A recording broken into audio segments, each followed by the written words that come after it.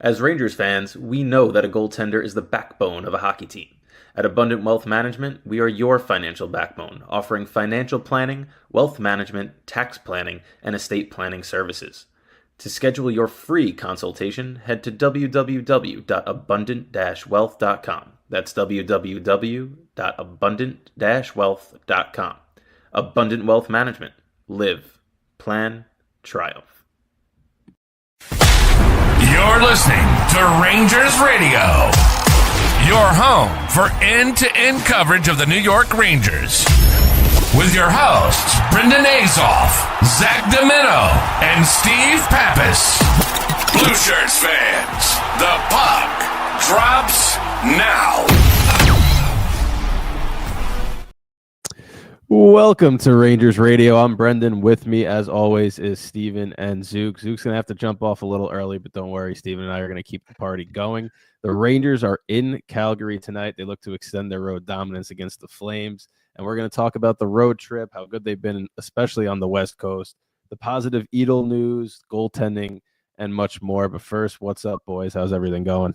Yeah, Zook's got to go. We don't have football teams that we need to root for anymore, so he's got actual priorities at this point. I'm happy that you said that because I was sitting there during the intro. I'm like, in 20 minutes, am I going to announce that I'm going to leave? Am I just going to dip? Like, I don't know. I got you. Yep. When I get the call that it's time to go, I could just X out and dip. But no, I wanted to hop on because didn't want to miss out on a little conversation as we're going to get into. The West Coast Rangers are back, baby. It is crazy how that works, right? They went 5-0 on their West Coast trip to start the year last year. That kind of got everything going towards the President's Trophy, and their play last couple of weeks has been nonchalant at best. And all of a sudden, they go out west. Jonathan Quick gets the start in Seattle, 2-0 win. They go to Vancouver, arguably their best all-around game in the last 2 to 3 weeks. Even though it was a 4-3 win, they still get the W. And now they look to keep it going. I don't have any advanced stats like that in front of me. By advanced, I don't mean analytics. I mean like detailed metrics in terms of when the last time a team went 5-0 on a West Coast trip and then followed it up by going undefeated the next year. But I can't imagine that's been done too many times before. It's not even like they're going on the fun West Coast trip where they're in like Anaheim and LA and they can go to this the beach. Is the Western Canada one. This is like the shitty Western Canada, middle of November, end of November. It's raining in Seattle. It's snowing in Calgary. I mean, you know, there's something about the West Coast that this team just thrives on. I'm not really sure what it is, but they play 82 games there. They'd be the best team ever in NHL history.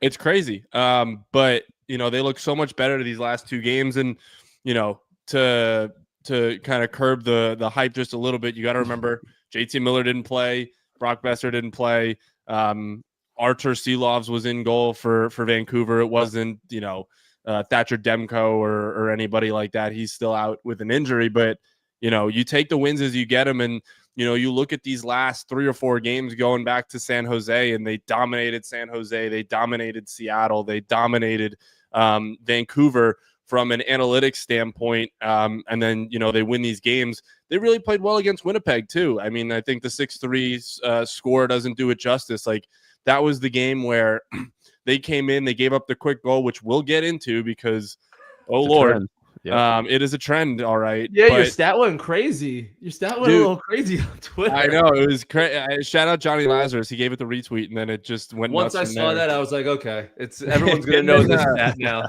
Him and Peter Baugh gave me the retweets, and that just went straight to Ranger fans' faces. But you know, this new wave of energy this team has played with has really started in that Winnipeg game, where they go against one of the better teams in the league, and they really are able to hold their own and play well. They didn't look lethargic. They took it to Winnipeg. They just, you know, fumbled the puck at the wrong time. Specifically, Mika fumbled the puck at the wrong time. But then you come out against San Jose and you give up one, and they looked dead in that first period, and then just turned it on in the second, turned it on in the third. They scored 3 unanswered. They give one up late, shut out Seattle, really have no issues in Seattle, a team that had won, I believe, 4 or 5 straight before the Rangers matchup. 4 straight, yep.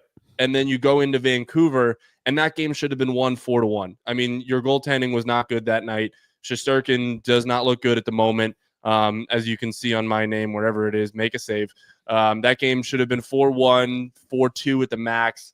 That Quinn Hughes goal, 30 seconds in, trend, should have been stopped. It also, you shouldn't let probably one of the best offensive defensemen in the league run right into the middle of the ice untouched 30 seconds into a game, but that's Rangers defense for you. And then that third goal, I forgot who scored it. Was it Garland? Was it Connor Garland that scored the third goal? Yep. Connor Garland was the third. I think Kiefer Sherwood was the second. Yeah, that Garland goal needs to be stopped. I mean, I think you mentioned it off camera that he had a moving screen, but I mean, it's a wrist shot from the top of the circle. It beats him high over the shoulder. Like, if he's in position, if he's on the post, which, you know, it's a rush down the boards. It's not necessarily straight up the middle of the ice where you gotta play both sides. You know, he just got beat, which, you know, I tweeted it a lot during that game that, like, it's infuriating right now because now they're playing good hockey. Now the team is playing good hockey, structured hockey. They're forechecking. They're getting pucks out of their zone. And when they don't get pucks out of their zone, they limit the other team to the outside of the ice. They're able to create off the rush. They're able to kind of hold offensive zone time for lengths on end. But right now, when Shesterkin's in net, you're not getting the saves that you need from your goaltender. But Jonathan Quick has been able to kind of come in and you know, hold the fort down for that time. Yeah, I mean, we could jump into those numbers really quick. And Igor Shesterkin was the first goalie off the ice today, so he's going to get the start again in Calgary. And I know before we went on air, we talked about this a little bit. And at what point do you just start to give Quick the run? And it seems like it's deja vu. I don't know if you guys feel the same way, because we had this conversation last year early in the season when Shesterkin was struggling. Quick all of a sudden came out of nowhere. We all thought he was a washed backup, and he showed he wasn't. And he's doing the same exact thing this year. So just some quick comparisons for the two. Jonathan Quick, according to Natural Stat Trick, is 8.54 goals saved above average. Igor this year is negative 0.79, which I don't know how many times we've ever seen that in his career. Odds are he's going to be up there towards the end. He'll bounce back, but that's ridiculous. Quick has an active. Oops, sorry. Over his last 4 games, Shesterkin has a expected goals saved above average of minus 7.9. Let that sink in. Terrible. That's 4 games. Yeah, 4 games, basically giving up 2 expected goals more a game. Yeah. Jonathan Quick has an active shutout streak of 128 minutes right now. Yeah. Igor Shesterkin has given up 3+ goals in 5 of his last 7 starts. Jonathan Quick has only given up 2 goals once in his 5 starts. So Duke briefly showed Shesterkin's numbers. He's got a 2.8 goals against and a 9.11 save percentage this year. They aren't terrible numbers, but they're not Igor-like, whereas Jonathan Quick has a 0.91 goals against and a 970 save percentage. So I guess my question is, at what point, and I'm not saying that Shesterkin's a bad goalie, but nobody's saying that. I'm not saying he doesn't deserve to get paid, even though this might actually help the Rangers a little bit in negotiations. But at what point do you just go, right now, Jonathan Quick is playing out of his mind and deserves a little bit more runway than just 1 start every 3 to 5 games? Because I think that at this point, when the Rangers have a game with Jonathan Quick in goal, they look significantly more comfortable because they always play better with the backup in net. But right now, Jonathan Quick isn't playing like a backup. And I think if you need points, which if you look at the Metro Division standings, you need points right now because the top 4 teams just keep on winning games.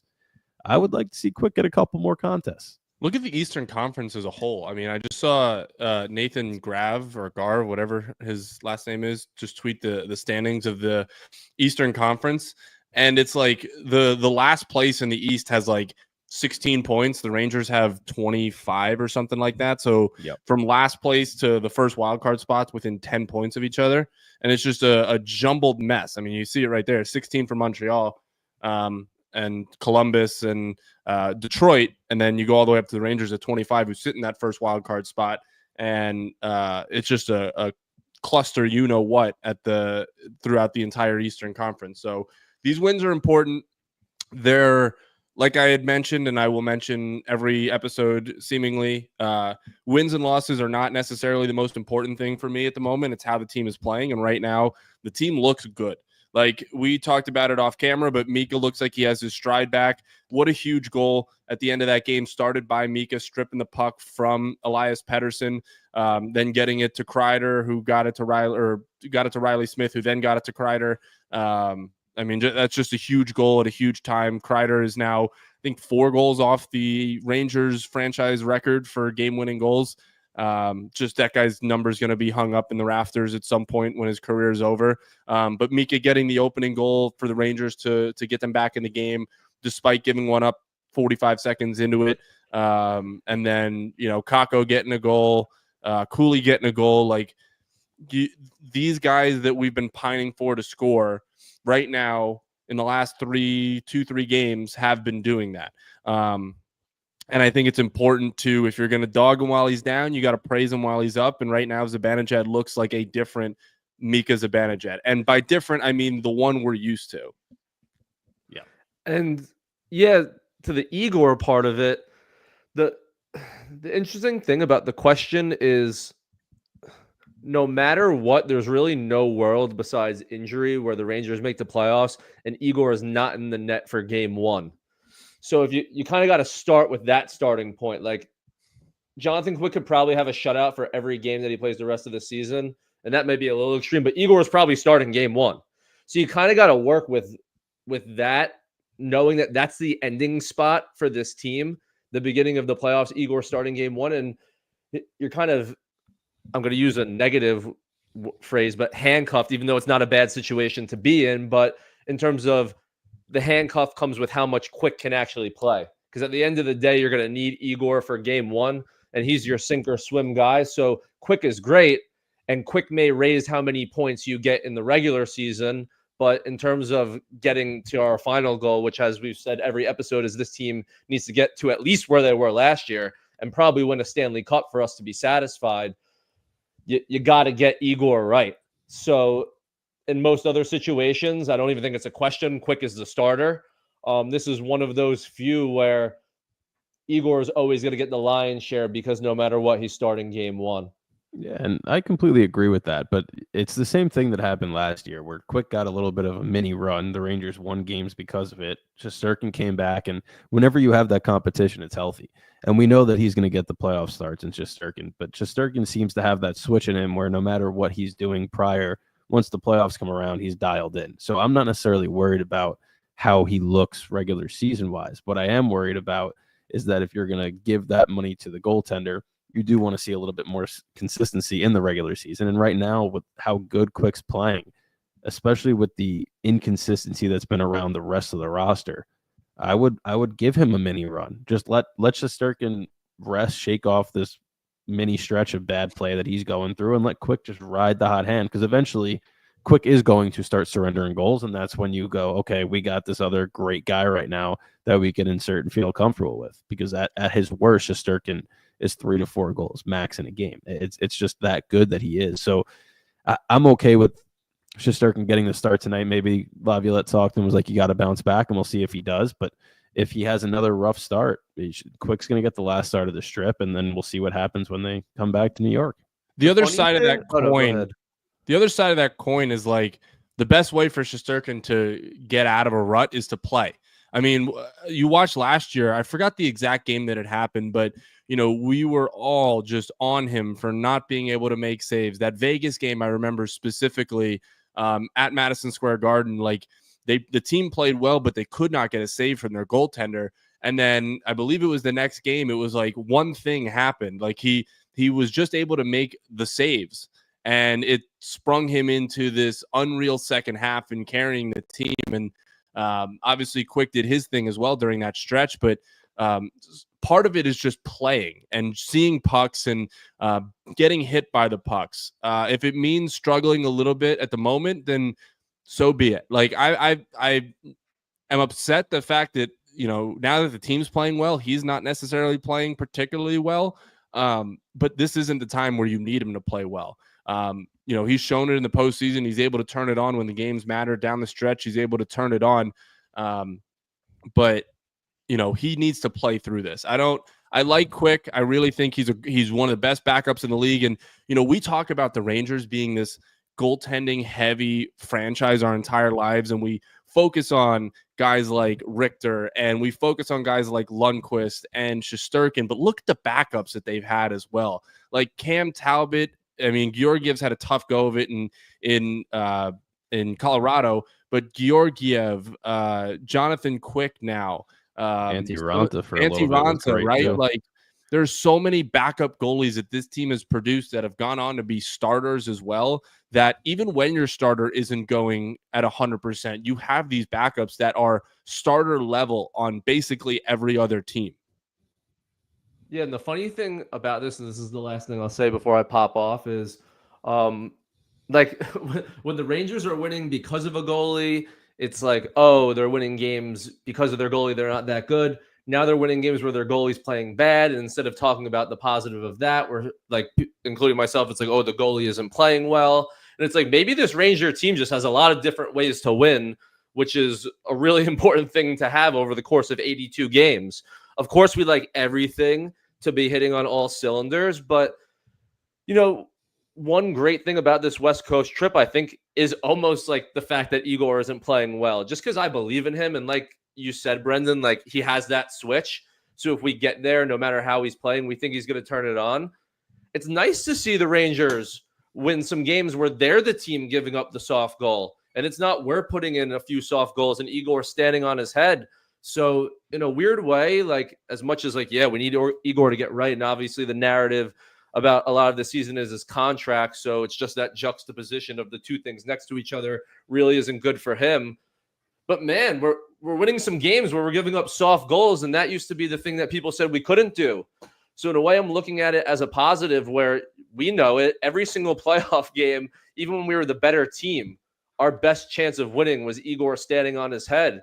Boy, oh boy, if this ever becomes a team that can win big games where we're the team that gives off soft goals, that's stealing another game or two in a series for a team that was only a game or two away from making the Stanley Cup last year. So, yeah, Igor needs to get right, but I think the point that we all said is no matter what, we believe by game one, he could have a 6-7 goals against with an 80 save percentage. We still believe in him for that game one.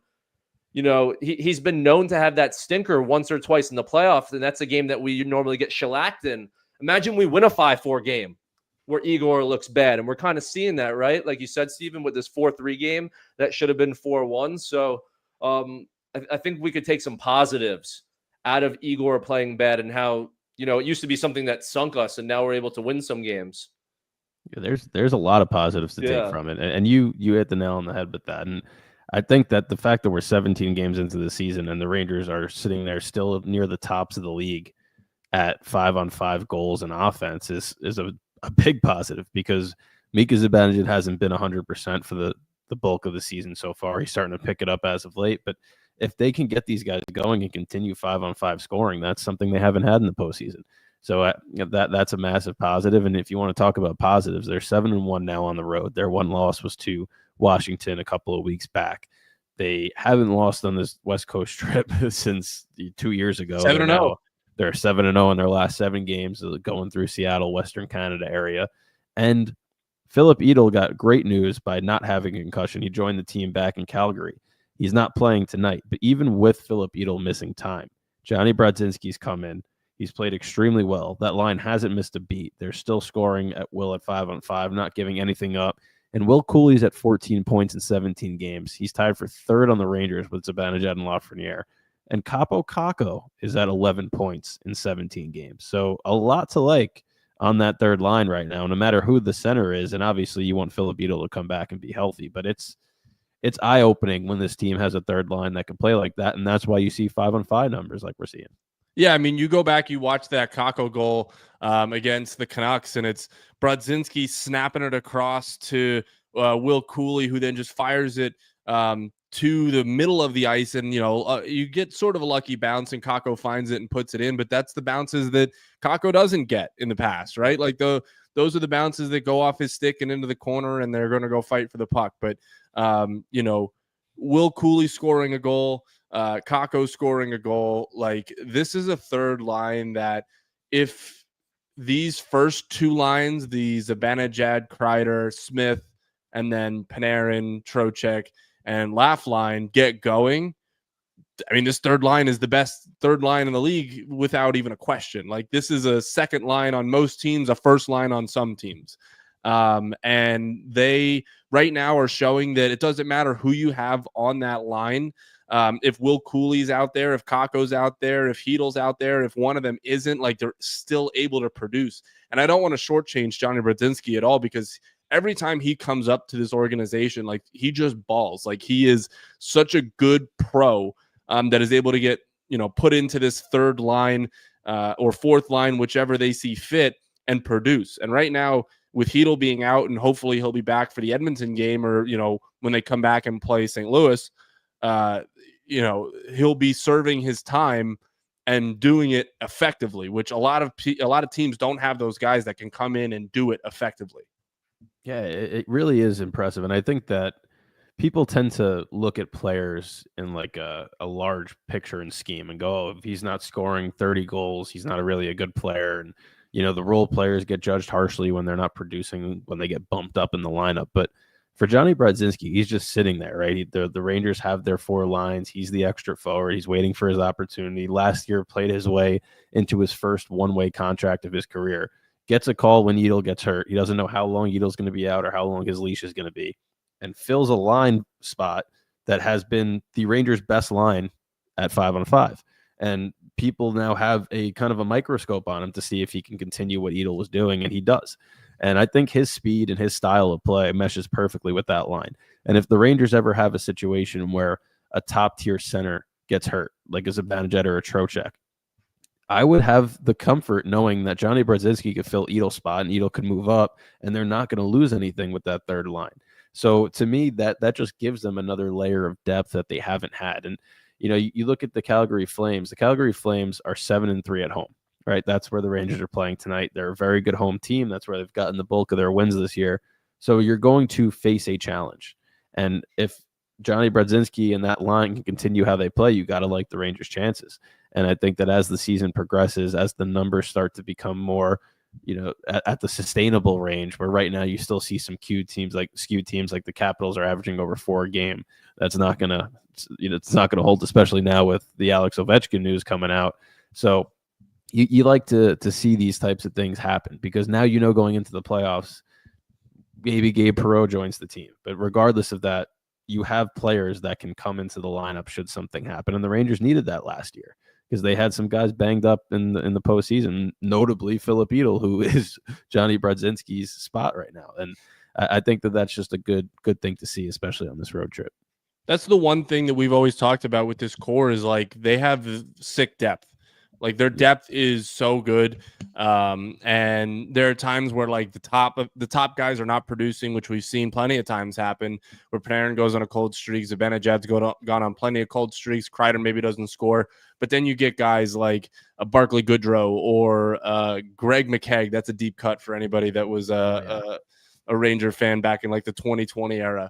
Or Jimmy Vesey or Brodzinski or Kakko or Cooley, that now come out here and are able to produce above their expectation. We talked about last week that this was a team that was 10-3-1 or 10-4-1, with a lot of guys playing below expectation or at expectation, and maybe 1 or 2 guys playing above that. And that guy really was Johnny Brodzinski.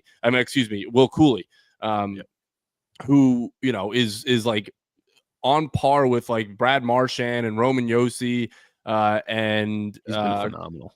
With points. I mean, that's unbelievable for your third line winger to have.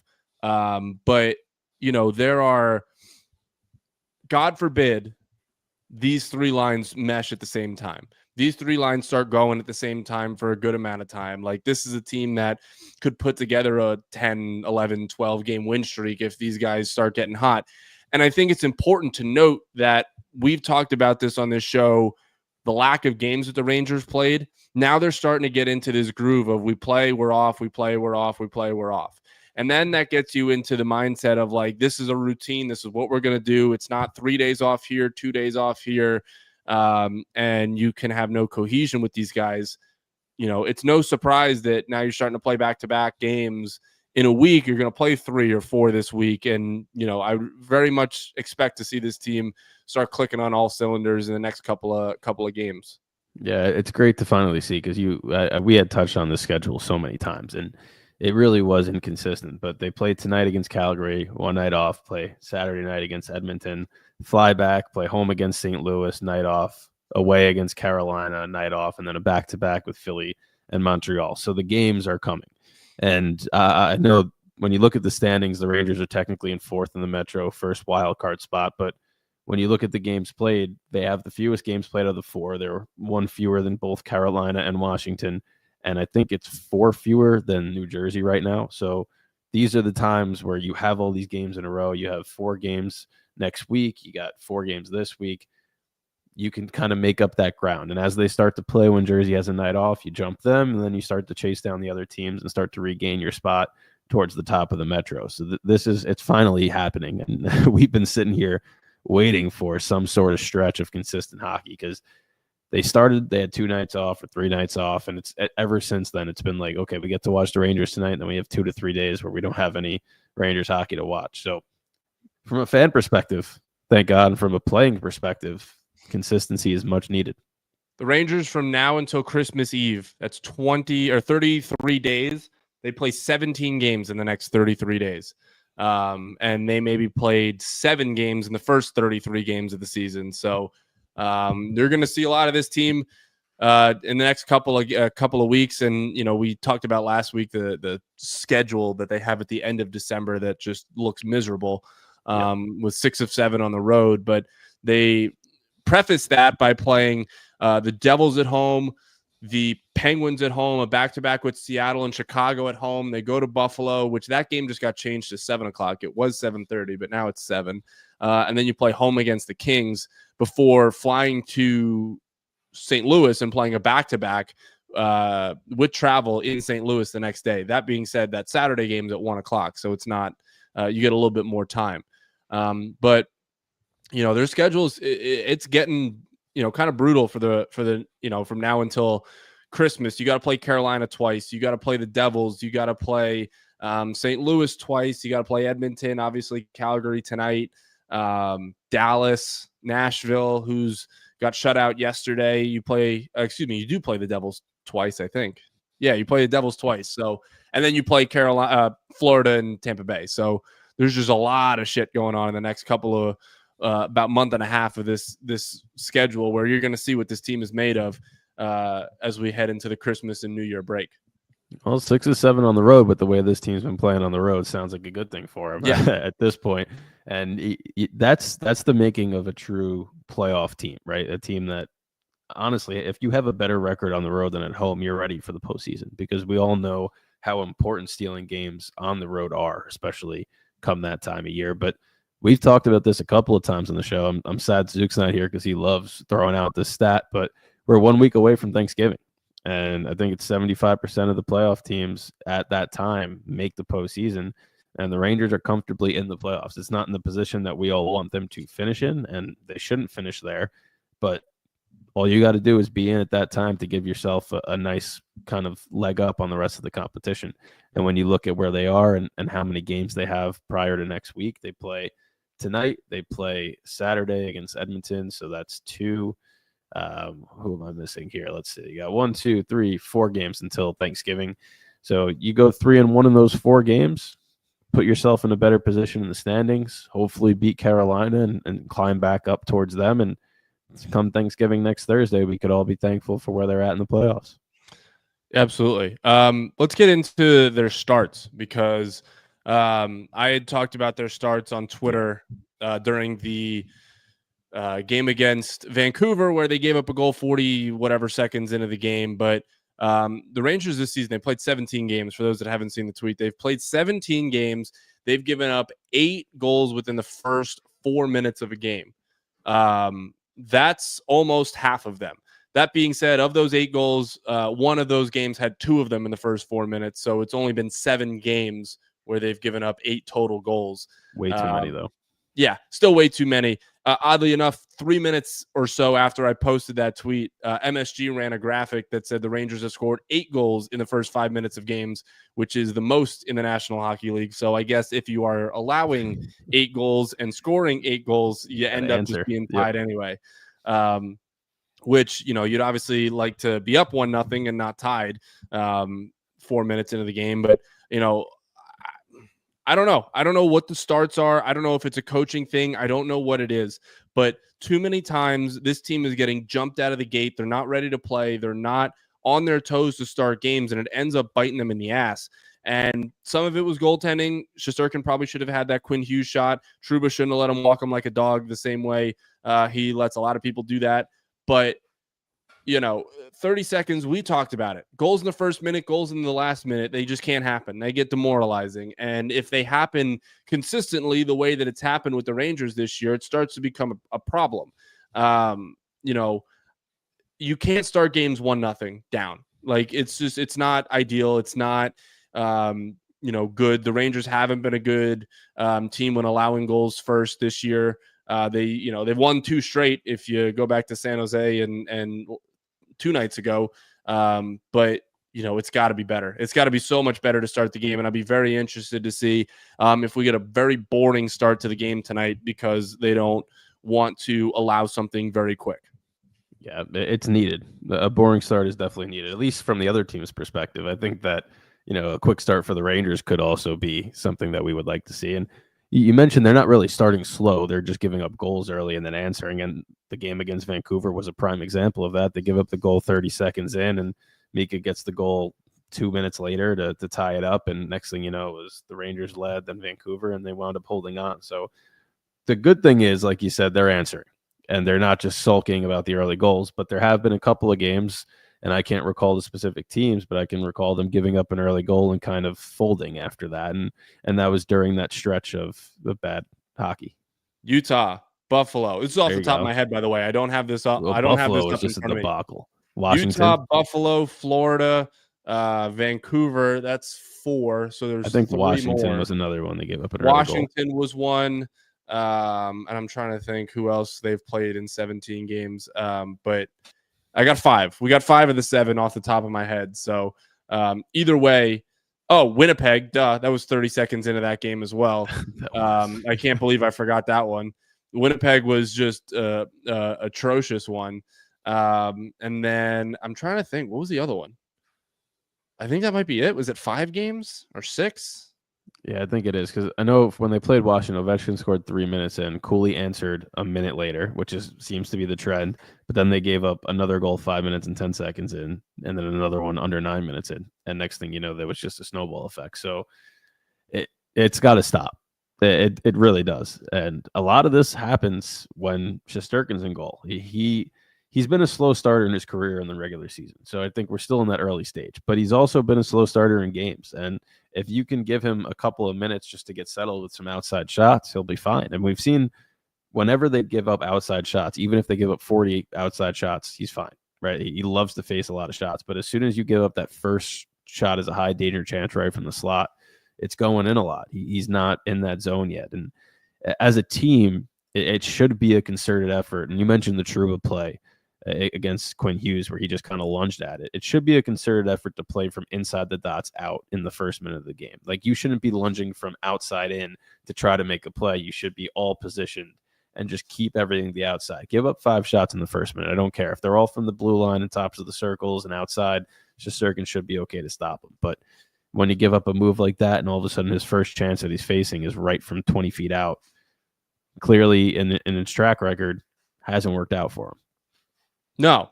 There's, most goalies are not stopping pucks, especially at the start of the game, in these high danger. Yeah, they're not into the game. But, that first one is, I think I would put it on Trouba more than Shesterkin. But if Shesterkin wants $12 million, buddy, make the save, please. For the love of God, make the save. That Trouba was like the Florida Panthers play, where he's just lunging at something and missing completely. Yeah, it reminded me of that wholeheartedly.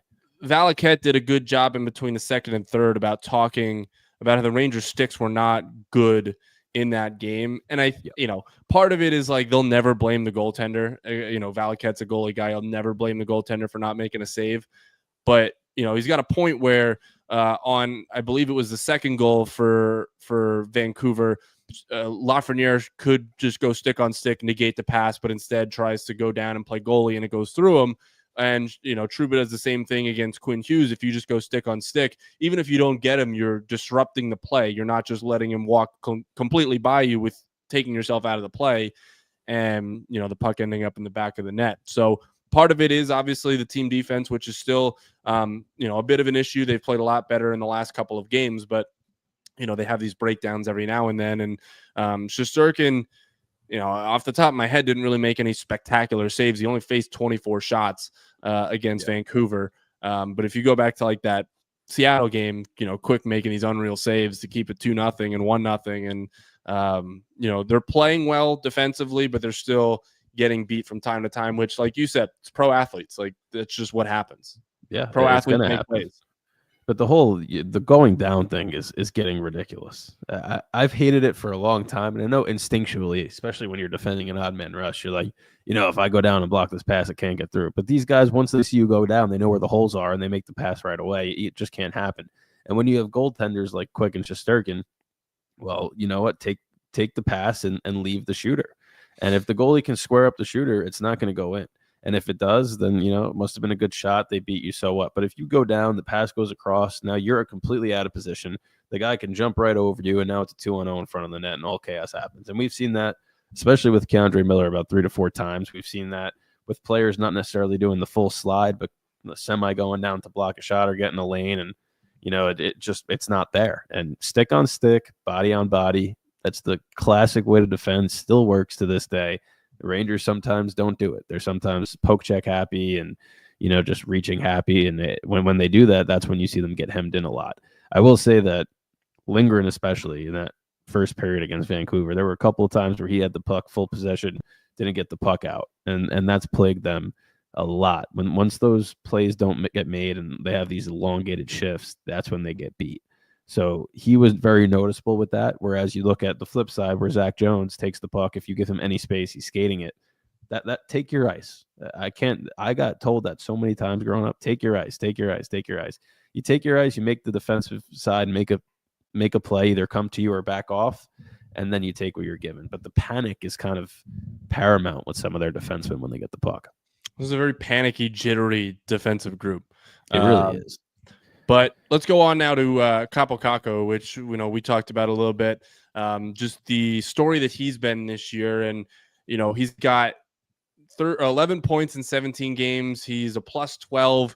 He had a goal against the Vancouver Canucks. I believe he had an assist too on the goal by Cooley.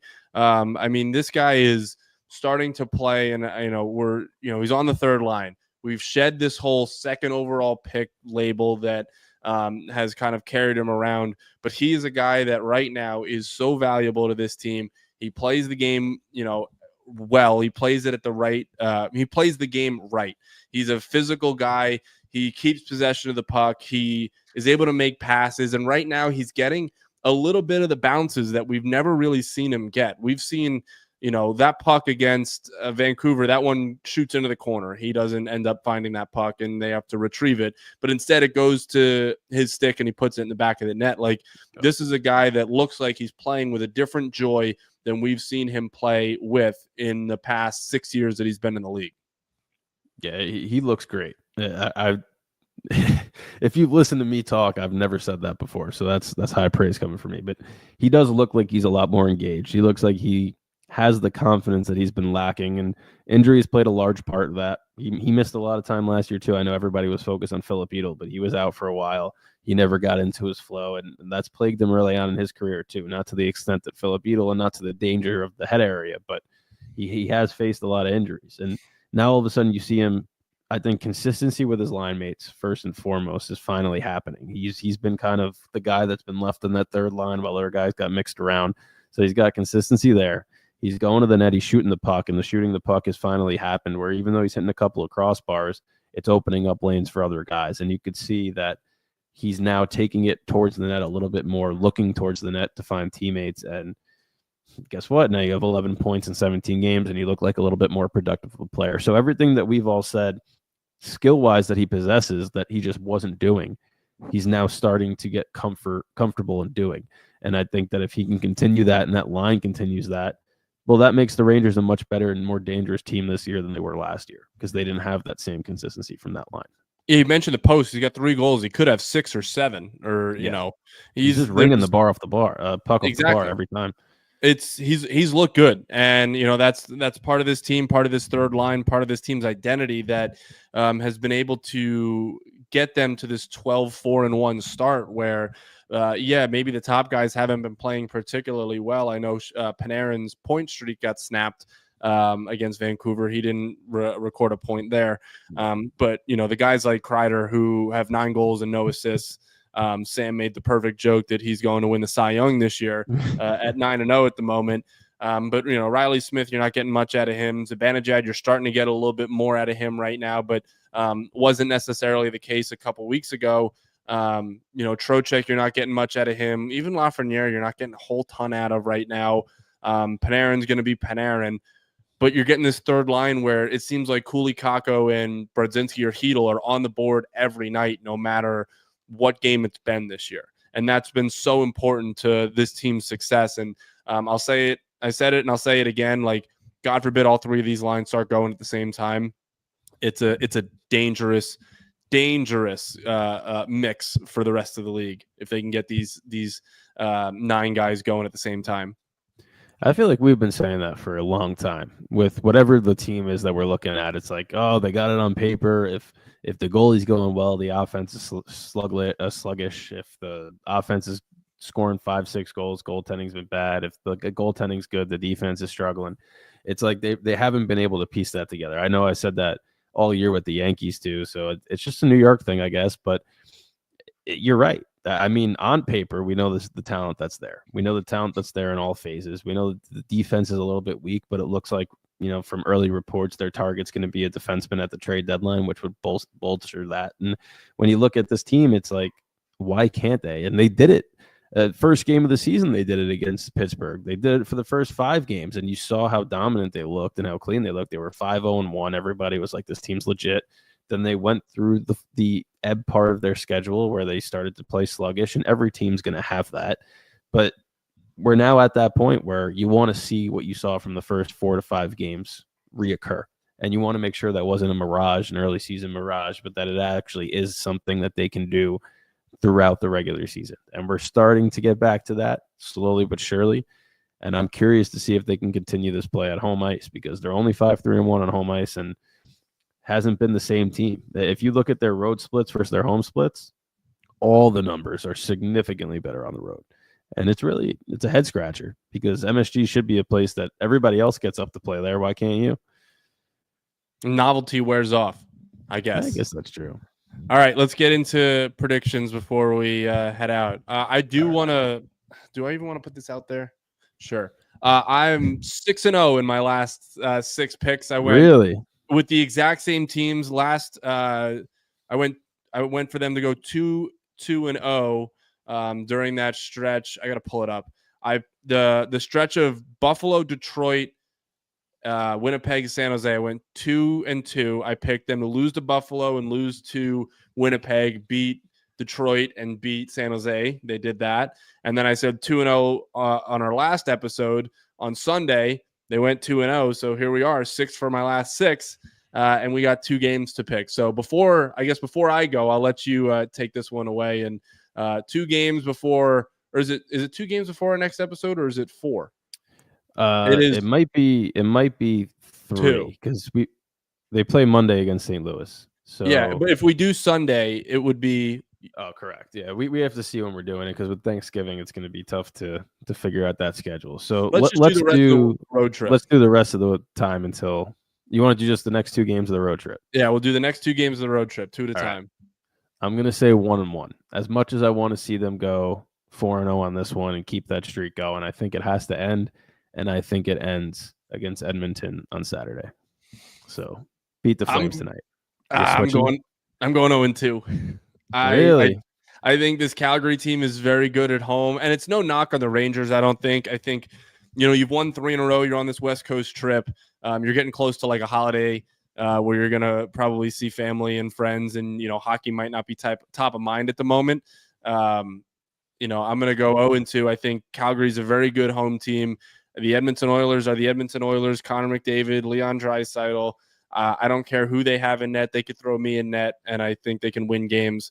But I think 0-2 right now.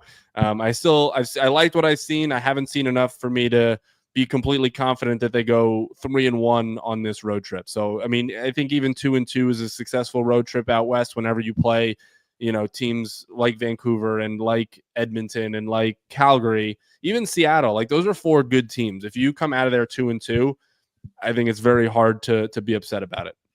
Yeah, well, I sincerely hope your streak ends now with that prediction, but they don't really have any holiday break here for Thanksgiving. Not really. Because I talked about their schedule next week, especially. They play 4 games next week, one right before Thanksgiving and then a back-to-back after it. So they better be focused on that, and especially they play St. Louis on Monday and Carolina on Wednesday. Those are some big games that you want to see points out of. So we will see. We will see what happens. I do like the way that they played against Vancouver. So I think that should carry over. Edmonton's offense might be a little too high-powered, but maybe that's why Shesterkin's playing tonight and Quick might be getting that game. So the way Quick's playing, you really can't bet against him at this point. Nobody's scoring. Shut him out.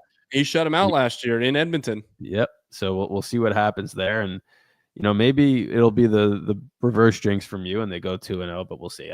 Obviously, I think tonight's game is going to be more of an overall challenge. I think that Saturday is going to be more of that just back and forth. Whoever scores the most goals at the end is going to win it. Like not the low scoring game that we saw last year when they were in Edmonton, which I think was 2-0.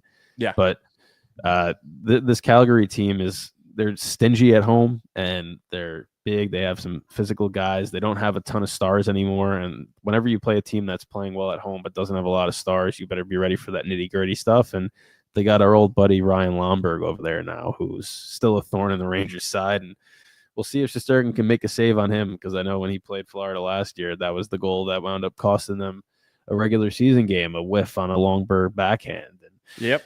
So we'll see what happens. But should be a great game tonight. At least it's 9:00 and not 10:00. And I'll be up either I'll way. be able to stay up for it. Us morning woke working folks hate this West Coast trip. But I don't start till 3:00 tomorrow. We're all good. All right. Any final thoughts about the game tonight? Let's go Rangers. Hopefully I'm wrong. Let's go Rangers. We'll see how they do. 9:00 game in Calgary. Shesterkin in goal. No Philip Beadle back yet, but maybe we'll see him Saturday. Hopefully we see him Saturday. Thank you all for listening. We appreciate it, and we'll let you know when we're going to be back next. And if we don't see you, happy Thanksgiving. Happy Thanksgiving. Have a good one, guys.